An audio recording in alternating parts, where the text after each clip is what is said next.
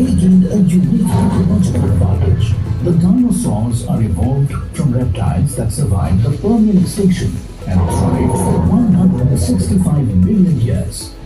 65 million years ago, a 6-mile wide asteroid struck Earth, ejecting particulate matter, including the non-avian dinosaurs, became extinct. The first true mammals evolved in the shadows of dinosaurs, whereas after the extinction of dinosaurs, mammals emerged.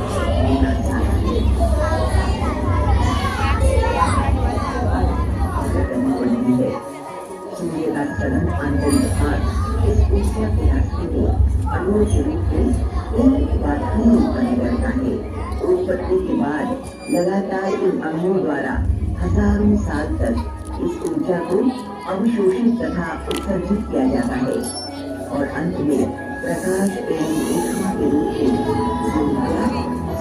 सूर्य बाद यात्रा करती है।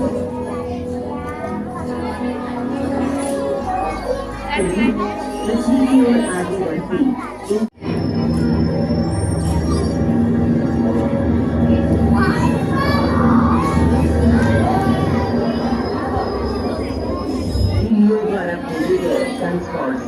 ऐसे विध्वंस के जन्म देते हैं। इन्हें सोलर फ्लेयर्स कहा जाता है। ये पृथ्वी पर स्थित न्यूनतम ताकत के उजागर किया है। सौर पैनल भले ही पृथ्वी पर धीरे धीरे प्रचलित हो रहा है, लेकिन उपग्रहों में इनका उपयोग प्रचुर मात्रा में किया जाता है। अपनी सतह से महत्वपूर्ण पर मानव सभ्यता को बनाए रखने के लिए असीम शक्ति प्रदान करेगा, जो केवल सूर्य के लिए ऐसा नहीं कहा जा सकता। अंततः इसकी ईंधन आपूर्ति समाप्त होते ही सूर्य के केंद्र में संलयन बंद हो जाएगा। इससे एक शानदार परंतु घातक परिवर्तन होगा। अपनी अंतिम घड़ियों में सूर्य विस्तारित हो सभी आंतरिक ग्रहों को अपने अंदर समा लेगा।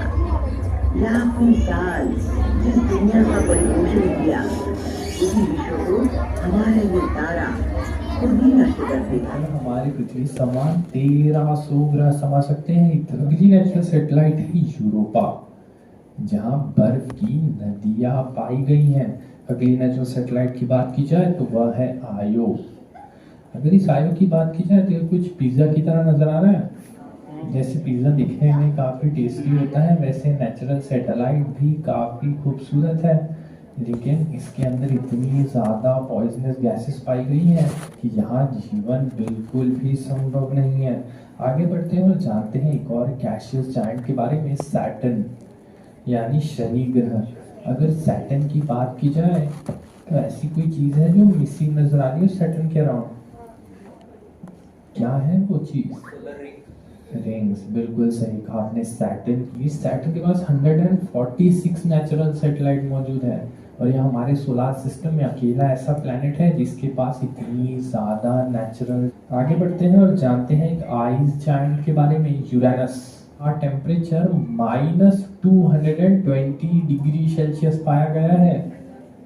तो क्या यहाँ जीवन संभव हो सकता है? क्योंकि कई वर्ष पहले हमारी पृथ्वी समान 2 ग्रह इसके सतह से टकराए थे, जिस कारण यह अपनी एक्सिस से 98 डिग्री टिल्ट कर चुका है और ऐसे प्लैनेट्स को रेट्रोग्रेड प्लैनेट कहा जाता है। आगे बढ़ते हैं और जानते हैं एक और आइस जायंट के बारे में, नेपच्यून।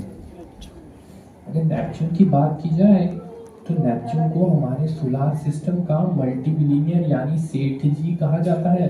एक बहुत ही प्रीशियस चीज पाई जाती है। क्या हो सकती है वो? वाटर के अलावा और क्या हो सकता है? डायमंड्स, बिल्कुल सही कहा आपने। जैसे हमारे पृथ्वी पर पानी की बारिश होती है, वैसे ही नेपच्यून के सतह पर हीरो की बारिश होती है।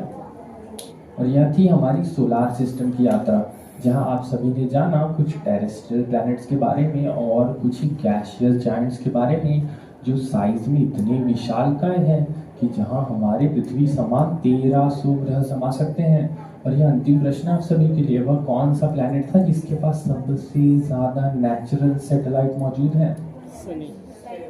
सैटर्न, बिल्कुल सही कहा आपने।